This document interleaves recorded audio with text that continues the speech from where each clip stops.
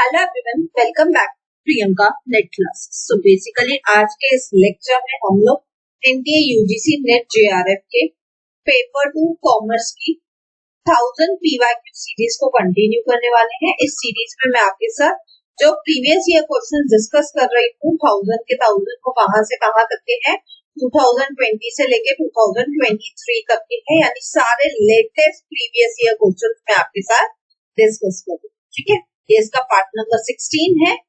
अगर आप में से किसी ने फर्स्ट 15 पार्ट्स को मिस किया है तो 1000 पीवाईक्यूज की सीरीज का लिंक मैं डिस्क्रिप्शन में दे दूंगी, आप जाइए वहां से जाके फर्स्ट 15 पार्ट्स को जरूर से कवर कीजिए, बिकॉज हर एक पार्ट में मैं आपको डिटेल में 5 क्वेश्चन डिस्कस करती हूँ। क्वेश्चन आंसर विद उसके ऑप्शन विद उसका कंसेप्ट सब कुछ मैं एकदम डिटेल में कराती हूँ। तो बोलने के लिए वो 5 क्वेश्चन होते हैं, लेकिन कम से कम उसमें 10-12 कंसेप्ट और 5 एमसीक्यू जैसे सारे कवर हो जाते हैं। ठीक है, चलिए स्टार्ट करते हैं। आज का हमारा फर्स्ट क्वेश्चन और एक्चुअल में हमारा 76 क्वेश्चन। अगेन वही बात आ जाती, फर्स्ट 75 क्वेश्चन कहाँ पे गए, तो आपके इससे पहले वाले पार्ट्स में है फर्स्ट 75 क्वेश्चन। ठीक है, arrange the following legal enactments in India in the chronological sequence from the first to the last। अब आपको क्या दिए हुए, अलग अलग एक्ट दिए हुए और बोला है उनको उनके ईयर के हिसाब से क्रोनोलॉजिकल सीक्वेंस में लगाइए। तो अब ये क्वेश्चन तो बहुत ही इजी है, अगर आपको ईयर याद होगी एटलीस्ट एक्ट के, तो इसका राइट आंसर क्या है, इसका राइट आंसर है ऑप्शन नंबर बी। सबसे पहले क्या आया है, सबसे पहले आया है मिनिमम वेजेस एक्ट, फिर उसके बाद क्या आया है, उसके बाद आया है माइंस एक्ट, फिर उसके बाद आया अप्रेंटिस एक्ट, फिर उसके बाद क्या आया है ग्रेजुएटी एक्ट, और लास्ट में क्या आता है चाइल्ड लेबर एक्ट। ठीक है, तो ये सीरीज है। आपको अगर इसमें से बोलते हैं ना, अगर आपको एक्ट के सिर्फ ईयर भी याद होते थे तो ऐसे टाइप के क्वेश्चन आपके कवर हो जाते हैं, बट ऐसे टाइप के क्वेश्चन बहुत ही रेयर होते हैं। इक्का दुक्का किधर पेपर में मिल गए तो मिल गए, बट अदरवाइज ऐसे टाइप के क्वेश्चन आपसे नहीं पूछे जाते हैं मोस्टली, बिकॉज ये कोई लॉजिकल बात नहीं है कि आपसे पूछना कि इनको अरेंज करो बेस्ड ऑन देयर ईयर।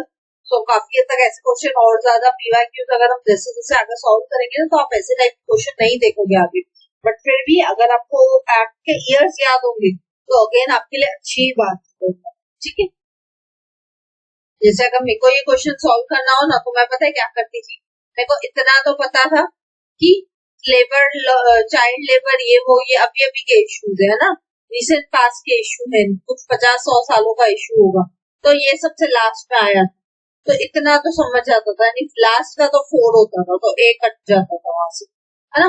फिर मैं दूसरा लॉजिक क्या लगाती थी कि अब मैं देखती थी फर्स्ट में क्या आएगा, तो सबसे फर्स्ट में मेरे को क्या लगता था कि मिनिमम वेजेस आता था। क्यों, क्योंकि सोच के देखिए कि मे बी ब्रिटिशर्स के टाइम पे वो लोग क्या करते थे, चीटिंग करते थे, उनको इंडियंस को कम सैलरी देते थे, या इवन ब्रिटिशर्स के बाद भी अगर आप 80s की 70s की मूवी देखेंगे तो उसमें वो दिखाते थे कि कैसे मजदूरों के साथ अत्याचार होता था, उनको पगारें नहीं दी जाती सही से, है ना, तो वेजेस की बात होती थी कहीं ना कहीं। तो मैं वो लॉजिक लगा के ना फर्स्ट का भी फिक्स कर देती थी सेकंड, तो सेकंड और फोर्थ, फर्स्ट और लास्ट फिक्स कर दिया तो ऑटोमेटिकली सी भी कट गया, डी भी कट गया, ऐसे करके मैं फर्स्ट और लास्ट से भी इजीली बना लेती थी, राइट, अगर मेरे को ईयर्स याद ना भी होते थे तो। ठीक है, आई होप ये क्वेश्चन क्लियर है। इस क्वेश्चन को कैसे बनाना है, अगर ईयर याद है तो बात ही खत्म है, नहीं याद है तो कैसे बनाना चाहिए था वो भी आई होप आपको क्लियर है। बढ़ते हैं अगले क्वेश्चन की तरफ, 77th question. In which of the following stages of product life cycle a company cease reduces sales promotion to take advantage of heavy consumer demand. बोलता है इनमें से कौन सी वो स्टेज है प्रोडक्ट लाइफ साइकिल की, पीएलसी की ऐसी कौन सी स्टेज है जिसमें आप क्या करते हो, अपनी सेल्स प्रमोशन को कम करते हो और कंज्यूमर की हैवी डिमांड का फायदा उठाते हो। तो सीधी सी बात है, इसका राइट आंसर क्या हो जाएगा, इसका राइट आंसर हो जाएगा ऑप्शन नंबर बी। ग्रोथ एक ऐसी स्टेज है जहाँ पे आप अपनी सेल्स प्रमोशन को क्या कर देते हो, सेल्स प्रमोशन को आप कम कर देते हो। कम क्यों कर देते हो ग्रोथ स्टेज में, क्योंकि ऑलरेडी मार्केट में डिमांड ज्यादा है, तो आप इवन जो अपनी सेल्स प्रमोशन कम भी करोगे, डिमांड ऑलरेडी ज्यादा है, तो ऑटोमेटिकली क्या हो जाएगा, आप इस स्टेज का फायदा उठा पाओगे, आप इस चीज का एडवांटेज ले पाओगे, है ना। आई होप ये चीज क्लियर है। अब एक बार ना प्रोडक्ट लाइफ साइकिल को पूरा समझ लेते हैं, बिकॉज ये प्रोडक्ट लाइफ साइकिल है ना, यहाँ से एक क्वेश्चन पक्का बनता है हर बार पेपर में।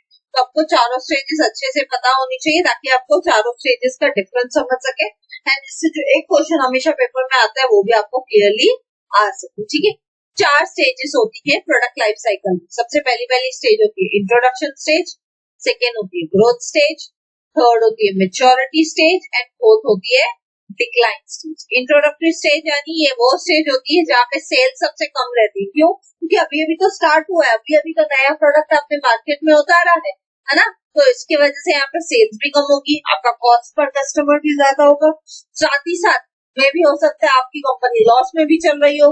आपके कस्टमर्स कैसे होने चाहिए? इनोवेटिव होने चाहिए, है ना। आपका न्यू प्रोडक्ट है तो कस्टमर्स भी तो अडेप्ट करने चाहिए आपके न्यू कस्टमर्स को। आपके कॉम्पिटिटर्स भी कम रहते हैं। क्यों कम रहते हैं? क्योंकि सीधी सी बात है, अभी तक नया नया प्रोडक्ट है, पहले मार्केट में चले देखे, तभी तो कॉम्पिटिटर्स आएंगे उस मार्केट में आके वो सेम प्रोडक्ट बनाएंगे, है ना। नया नया प्रोडक्ट सब लोग नहीं बनाते, जब तक वो लोग नहीं देखते कि मार्केट में डिमांड नहीं है तब तक ज्यादा लोग उस मार्केट में एंट्री नहीं करते। ठीक है, तो ये हो जाती है आपकी फर्स्ट स्टेज। और यहाँ पे ऑब्वियसली आप अपनी एडवर्टाइजिंग का, मार्केटिंग का खर्चा बहुत ही ज्यादा करते हो। क्यों? क्योंकि आपको अपना प्रोडक्ट बेचना होता है ज्यादा से ज्यादा, है ना। फिर आ जाती है आपकी ग्रोथ स्टेज। ग्रोथ स्टेज में क्या होता है? आपकी सेल्स बढ़ रही है ना, कॉस्ट पर कस्टमर फॉल होता जा रहा है, प्रॉफिट बढ़ते जा रहे हैं, कस्टमर्स भी बढ़ते जा रहे हैं, साथ ही साथ कंपटीशन भी बढ़ता जा रहा है। सीधी सी बात है, जितना ज्यादा कस्टमर्स होंगे उनका कॉस्ट तो कम हो रहा है, लेकिन क्योंकि अब आप ग्रोथ स्टेज में आ गए, अब आपका बिजनेस एकदम अच्छे स्टेज पे आपके अच्छी सेल्स कर रहा है, तो ज्यादा लोग आएंगे सेम मार्केट में, है ना। जैसे एग्जांपल ले लेते हैं, जितनी भी एडटेक कंपनीज है या कोई भी प्रोडक्ट का भी एग्जांपल ले लेते, जैसे सपोज कोई प्रोडक्ट आया, अब जैसे आईफोन 15 आया, ठीक है, आईफोन 15 का एग्जांपल ले लेते हैं हम यहाँ पे। ठीक है, आईफोन 15 जब इंट्रोडक्टरी स्टेज में अब आ रहा है तो सेल्स आईफोन नहीं ले सकते, उसकी सेल्स लो नहीं है फिलहाल तो, है ना। तो ये थोड़ा रॉन्ग एग्जांपल हो जाएगा क्योंकि आईफोन की सेल्स ऑलरेडी ज्यादा है स्टार्ट में ही, तो वैसा एग्जांपल नहीं ले सकते हम लोग क्योंकि वो ऑलरेडी स्टैब्लिश ब्रांडेड प्रोडक्ट है, इसलिए इसका एग्जांपल तो नहीं ले सकते। लेकिन सपोज आप कोई नया प्रोडक्ट मार्केट में लेके आए, कोई नई टेक्नोलॉजी मार्केट में लेके आए, ठीक है, आप कोई नई टेक्नोलॉजी वाली चीज मार्केट में लेके आए, तो क्या होता है, स्टार्टिंग में क्या होगा, आपकी सेल कम होगी, कॉस्ट पर कस्टमर हाई होगा, आपके कॉम्पिटिटर्स कम रहेंगे। जैसे जैसे आप ग्रोथ होगी वैसे वैसे क्या हो जाएगा, आपकी सेल बढ़ेगी, कस्टमर का कॉस्ट कम होता जाएगा, ज्यादा आपके कस्टमर्स होते जाएंगे, कॉम्पिटिटर्स भी आपके बढ़ते जाएंगे क्योंकि नए नए लोग अब वही सेम टेक्नोलॉजी के प्रोडक्ट बना के आ जाएंगे, सेम टेक्नोलॉजी नए नए लोग भी प्रोवाइड करना शुरू कर देंगे। फिर आ जाती है आपकी मेच्योरिटी स्टेज। यहाँ पे आप अपने सेल्स के एकदम पीक पे होते हो, कस्टमर कॉस्ट सबसे लोएस्ट होती है, प्रॉफिट मार्जिन सबसे हाईएस्ट रहता है, आप मास मार्केट में ऑपरेट कर रहे हो, यानी आप पूरे के पूरे मार्केट को ही केटर करते हो, मास लेवल पे, बल्कि लेवल पे आप पूरे के पूरे मार्केट को ही केटर करते हो। एंड आपके कॉम्पिटिटर्स कैसे रहते हैं? स्टेबल नंबर ऑफ कॉम्पिटिटर्स रहते हैं। क्यों? क्योंकि ये मेच्योरिटी स्टेज है। अब इसके बाद क्या होने वाला है? डिक्लाइन होने वाला है। इसलिए जो लोग, जिन लोगों को लगता है कि अभी हमें डिक्लाइन नहीं देखना है, तो वो लोग पहले ही मार्केट से निकल जाते हैं। ग्रोथ और मेच्योरिटी स्टेज आते आते ही वो लोग मार्केट से निकलने की तैयारी कर चुके होते हैं, इसलिए यहाँ पे आपके कॉम्पिटिटर्स कम रहते हैं और यहाँ पे आपकी मार्केटिंग कॉस्ट भी कम हो जाती है। कम क्यों हो जाती है? ग्रोथ स्टेज में भी और मेच्योरिटी स्टेज में भी मार्केटिंग कॉस्ट कम हो जाती है। ग्रोथ में तो सबसे कम होती है। क्यों? क्योंकि यहाँ पे आपको क्या होता है, क्वेश्चन ने भी तो हमसे यही पूछा था ना, मार्केटिंग कॉस्ट क्यों कम है, सेल्स प्रमोशन क्यों कम है? यहाँ पे ऑलरेडी सेल्स खुद ही ज्यादा है, तो मुझे सेल्स प्रमोशन पे खर्चा करने की जरूरत ही नहीं है, राइट। लेकिन मेच्योरिटी स्टेज में क्या होता है, आपकी सेल्स सबसे हाईएस्ट होती है, इस वजह से भी अगेन आप यहाँ पे भी क्या करते हो, उतना सेल्स प्रमोशन पे खर्चा नहीं करते हो, लेकिन ऑफकोर्स थोड़ा बहुत तो करते हो। And last and final stage आती है हमारी डिक्लाइन स्टेज, जहाँ पे आपकी सेल्स एकदम कम होती जाती है, आपका प्रोडक्ट आउटडेटेड हो जाता है, आपका जो प्रोडक्ट था, आपकी जो टेक्नोलॉजी थी, अब यहाँ पे आके क्या हो गया, आउटडेटेड हो गया। अगर आपने इनोवेशन नहीं की तो क्या हो जाएगा, अब आप पूरे मार्केट से ही बाहर हो जाए, है ना। कॉस्ट पर कस्टमर यहाँ पे सबसे कम होता है, प्रॉफिट्स भी गिरने लगते हैं, आपके नंबर ऑफ कॉम्पिटिटर्स भी गिरने लगते हैं और फाइनली प्रोडक्ट क्या हो जाता है, मार्केट से बाहर हो जाता है अगर आपने उसमें कुछ इनोवेशन नहीं की तो। ठीक है, आई होप ये 4 प्रोडक्ट लाइफ साइकिल की स्टेजेस जो है वो आपको अच्छे से क्लियर। बढ़ते हैं अगले क्वेश्चन की तरफ। 78th question, which one of is the correct sequence implied in the Indian contract act 1872। बोलते हैं इनमें से सीक्वेंस में सेट करो। ठीक है, देख लेते हैं। Offer of proposal, contract, promise, agreement, acceptance. अब सीधी बात है, सबसे पहले क्या आता है, सबसे पहले आता है प्रॉमिस, है ना। तो यहाँ से हमारा राइट आंसर बन गया। इसका राइट आंसर क्या है, ऑप्शन नंबर ए। कैसे, इसको एग्जांपल के थ्रू मैं आपको समझाती हूँ। ये लॉ से क्वेश्चन है बट बहुत ही बेसिक लेवल का क्वेश्चन है, सो मैं एग्जांपल के थ्रू समझाती हूँ। सबसे पहले तो आप क्या करते हो, सबसे पहले आप करते हो प्रॉमिस। जैसे से फॉर एग्जांपल आप और मैं मिलके हम क्या करते हैं, प्रॉमिस करते हैं कि ठीक है आप मेरे को क्या करोगे, आप मेरे को गुड्स सप्लाई करोगे और मैं आपसे गुड्स परचेज करूंगी। ठीक है, हम दोनों ने प्रॉमिस कर लिया, आपने प्रॉमिस किया, मैंने उस प्रॉमिस को एक्सेप्ट किया कि ठीक है आप मेरे को सेल करोगे, मैं आपसे परचेज करूंगी, एक्सेप्ट कर लिया। ठीक है, अब एक्सेप्ट होने के बाद नेक्स्ट चीज क्या हो जाती है, नेक्स्ट चीज हो जाएगी ऑफर ऑफ प्रपोजल। अब मैं क्या करूंगी, प्रपोज करूंगी कि ठीक है यही है गुड्स, इतने क्वांटिटी में मेरे को चाहिए, इतने प्राइस पे चाहिए, तो हम दोनों नेगोशिएट करके एक प्रपोजल लेके आएंगे। आप सामने से एक प्रपोजल लेकर ठीक है मैं आपको इतने प्राइस पे सेल करने के लिए रेडी हूँ। अब अगर मेरे को प्राइस एक्सेप्टेड होगी तो मैं आपके साथ क्या करूंगी, अग्रीमेंट करूंगी, और अग्रीमेंट जब लीगली बाइंडिंग हो जाता है तो बन जाता है कॉन्ट्रैक्ट। यानी सबसे पहले क्या आता है, सबसे पहले आता है प्रॉमिस। पहले तो आप प्रॉमिस करोगे कि हाँ हम ये करेंगे, फिर आप क्या करोगे, उसके बाद आप करोगे उस प्रॉमिस को, सामने वाली पार्टी क्या करेगी, एक्सेप्ट। आपने प्रॉमिस किया मैं इतना सेल करने के लिए रेडी हूँ, सामने वाली पार्टी एक्सेप्ट तो करनी चाहिए, हाँ मैं इतना बाय करने के लिए रेडी हूँ, राइट। फिर क्या आ जाता है, फिर आ जाता है आपका ऑफर। सामने वाली ने पार्टी ने एक्सेप्ट किया तो अब आप ऑफर करोगे, है ना, प्रपोज करोगे कि ठीक है मैं इतने गुड्स इस क्वांटिटी में इतने चीज पे सेल करने, इतने प्राइस पे सेल करने के लिए रेडी हूँ, है ना। फिर उस ऑफर को, उस प्रपोजल को मैं एक्सेप्ट करूंगी, यानी मैं आपके साथ अग्रीमेंट करूंगी, और फाइनली ये जब अग्रीमेंट लीगली बाइंडिंग हो जाता है तो ये बन जाता है कॉन्ट्रैक्ट। ठीक है, आई होप ये सीक्वेंस क्लियर है, कैसे आया वो क्लियर है। अगर आपको ये क्वेश्चन ऐसे नहीं आता लॉजिक से तो आप एक और लॉजिक लगा सकते थे कि पहले एग्रीमेंट होता है कि पहले कॉन्ट्रैक्ट होता है ना। तो मुझे पता है कॉन्ट्रैक्ट सबसे लास्ट में आता है, यानी ये सेकेंड वन तो लास्ट में ही आएगा, तो बी भी घट गया, सी भी घट गया, है ना। फिर मेरे को देखना पड़ता था कि इन दोनों में से राइट आंसर क्या है, तो फिर मैं दूसरा क्या करती थी, मैं फर्स्ट वाला चेक करती थी। सबसे पहले क्या बनता था, सबसे पहले प्रॉमिस बनता था, तो प्रॉमिस सबसे पहले आता था तो बी भी कट जाता था, राइट। तो ऐसे टाइप के क्वेश्चन में आप फर्स्ट एंड लास्ट सेट कर लो, फर्स्ट वाला और लास्ट वाला सेट कर लो, आपका काम खत्म। ठीक है, आई होप ये क्वेश्चन क्लियर है। आगे बढ़ते हैं 79th क्वेश्चन पे। अब ये देखिए, ये स्टैटिस्टिक्स से क्वेश्चन पूछा गया है, और ये क्वेश्चन कहाँ से, आपकी थियरम्स जो थे स्टैटिस्टिक्स में वहां से, यानी बेसिकली हर एक की फॉर्मूलाज आपसे पूछिए। अगेन ये क्वेश्चन डायरेक्ट है, रूट लर्निंग वाला क्वेश्चन है। अगर आपको ये फॉर्मूलाज याद है, वेल एंड गुड, आपके लिए इजी हो जाएंगे ऐसे क्वेश्चन। अगर आपको याद नहीं है तो ट्रस्ट में आप स्टैटिस्टिक्स का एक भी क्वेश्चन अटेम्प्ट नहीं कर पाओगे। इसलिए मेरी आपकी सजेशन रहेगी कि आप क्या कीजिए, इन फॉर्मूलाज को लिख के रखिए, या तो आप मेरी मैराथन ऑन स्टैटिस्टिक्स है, उसका लिंक डिस्क्रिप्शन में मैं दे रही हूँ। ठीक है, मैराथन ऑन स्टैटिस्टिक्स का लिंक डिस्क्रिप्शन में गिवन है, जाके उसको देख लीजिए, तो कम से कम आपके मेजर टॉपिक्स वहां से फॉर्मूलाज, प्रॉपर्टी सब कवर हो जाए। ठीक है, इसका राइट आंसर क्या है, इसका राइट आंसर है ऑप्शन नंबर डी। ठीक है, अब आप मैथ्स देख लेना, बेस थ्योरम फॉर्मूला क्या है, तो ये रही इसकी फॉर्मूला। तो कंडीशनल प्रोबेबिलिटी की फॉर्मूला क्या है, थियरी ऑफ एडिशन की फॉर्मूला क्या है, हर एक की अपनी अपनी फॉर्मूला है। अगर मेरे को ये क्वेश्चन सॉल्व करना होता ना तो मैं किससे करती, अगर मैं कोई फॉर्मूला याद नहीं है तो मैं पता है किससे करती, मैं थियरम ऑफ एडिशन से करती थी। कैसे, थियरम ऑफ एडिशन में क्या है, प्लस होना चाहिए, यानी प्लस किधर है, इधर, यानी लास्ट वाला तो सेकेंड आएगा, लास्ट वाला सेकेंड कहाँ पे है, ए में है, सी में है, डी में है, तो बी कट हो जाता था, है ना। फिर मैं बाकी तीनों में से कुछ सेट करने की करती थी एंड ट्राई करती थी, ऐसे करके भी आप इस क्वेश्चन को सॉल्व कर सकते हो। या जैसे मैं इसको और कैसे सेट करती थी, मैं इसको सेट करती थी इससे थियरम ऑफ कॉम्प्लीमेंट्री इवेंट्स, है ना।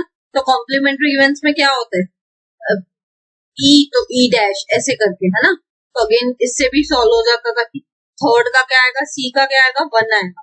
तो सी का 1 कहाँ पे नहीं है, यहाँ पे भी नहीं है, ये इन दोनों में है। तो अगेन फिर क्वेश्चन आ जाता था ना। तो ऐसे करके आप सॉल्व कर सकते हो, जितना हो सके ट्राई करके, जितना आपको आता होगा उस हिसाब से इसको आप सॉल्व करते जाओ, ठीक है। आई होप ये क्वेश्चन क्लियर है, कुछ समझाने लायक नहीं है, फॉर्मूलाज है, आपको रटी हुई रहेंगी, आप इजीली कर पाएंगे। लास्ट एंड फाइनल क्वेश्चन आज का हमारा 18th question, arrange the following initiatives taken by the government of India to tackle the non performing assets. Non performing assets यानी एनपीएस, है ना। एनपीएस क्या होती है, बैंक के पास, हर बैंक के पास क्या होती है, कुछ ना कुछ नॉन परफॉर्मिंग असेट्स होती है। नॉन परफॉर्मिंग असेट्स वो असेट्स रहती हैं जो 90 डेज हो चुके हैं, 90 डेज से जब ज्यादा हो जाता है और वो असेट आपको कोई इनकम नहीं जनरेट करके देती है, तो वो आपकी एनपीए बन जाती है। जैसे सपोज बैंक ने किसी कस्टमर को लोन दिया, अब वो कस्टमर के 90 डेज हो गए, 3 महीने हो गए, लेकिन वो उस पर इंटरेस्ट ही नहीं दे रहे, तो अब बैंक उसको क्या कंसीडर करेगी, बैंक उसको कंसीडर करेगी एनपीए, कि वो लोन तो बैंक के लिए क्या है, एक असेट है ना। आई होप एनपीए क्या है वो क्लियर है। अब हमको क्या बोला है, इनमें से सारे के सारे इनिशिएटिव्स को कैसे लगाना है, असेंडिंग ऑर्डर में लगाना है फॉर एनपीएस। तो इसका राइट आंसर क्या है, इसका राइट आंसर है ऑप्शन नंबर ए। कैसे, सबसे पहले क्या आया था, सबसे पहले गवर्नमेंट ने बनाया डेट रिकवरी ट्रिब्यूनल्स, फिर गवर्नमेंट ने बनाया क्रेडिट इंफॉर्मेशन ब्यूरो, जिसकी वजह से आप अभी सिबिल स्कोर देख सकते हो, है ना। सिबिल स्कोर होता है जिससे आप क्रेडिट वर्थीनेस पता चल जाती है इंडिविजुअल की। फिर गवर्नमेंट ने क्या बनाया, कॉर्पोरेट डेट रिस्ट्रक्चरिंग के लिए एक्ट बनाया। फिर गवर्नमेंट ने क्या बनाया, कॉम्प्रोमाइज सेटलमेंट बनाया। और फिर फाइनली गवर्नमेंट ने क्या बनाया, सरफेसाई एक्ट बनाया। अब ये क्वेश्चन क्यों आया पता है 2020 में, क्योंकि एनपीएस में ना बहुत सारी न्यूज चल रही थी 2020 में, इसलिए क्या हुआ था, पेपर में एनपीएस से रिलेटेड एक क्वेश्चन बन गया, है। तो आप ऐसे मान के चलिए, पेपर 1 हो चाहे पेपर 2 हो, जो करंट अफेयर्स है ना, वहां से क्वेश्चन बनते ही बनते हैं। 2 से 4 क्वेश्चन करंट अफेयर्स से हर बार पेपर में आते ही आते हैं, पेपर 1 में भी, पेपर 2 में भी, ठीक है। और करंट अफेयर्स को करने का तरीका क्या है, सिंपली जितने भी करंट अफेयर्स हैं अभी लास्ट 1 साल के 23 के, मैं वो क्या करूंगी, एंड में आपको एक ही वीडियो में या 2-3 वीडियोस में अलग अलग करके सारे करंट अफेयर्स करा दूंगी एग्जाम से पहले, तो आपका काम बन जाएगा। जैसे अभी G20 हुआ है, तो हो सकता है इस बार क्वेश्चन G20 से पूछा जाए, है ना। ब्रिक्स की सबमिट हुई थी, वहां से पूछा जाए, या एशियन की सबमिट हुई थी, वहां से पूछा जाए। तो ऐसे सब चीजें जो भी अभी रिसेंट में हुई थी, उन सब से क्वेश्चन आपसे बन सकती है, ठीक है। और इन सब पे मैं डिटेल में अलग अलग करके एक वीडियो लेके आऊंगी, जिसमें मैं ये सारी चीजें आपके साथ डिस्कस करूंगी, ठीक है। आई होप ये चीज क्लियर है।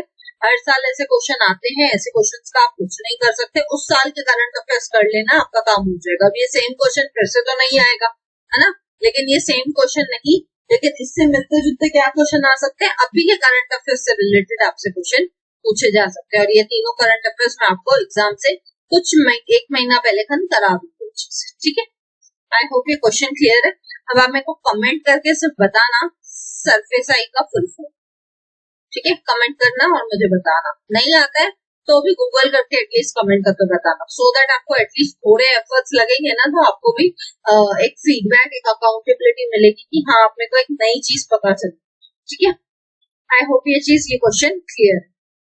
So thank you, see you all in the next lecture. अगर आपको लेक्चर अच्छा लगा तो प्लीज लाइक कीजिए, कमेंट करके मुझे जरूर बताइए, ज्यादा से ज्यादा लोगों के साथ शेयर कीजिए, बिकॉज ज्ञान बांटने से ही बढ़ता है। एंड सब्सक्राइब कीजिए अगर आप न्यू हैं।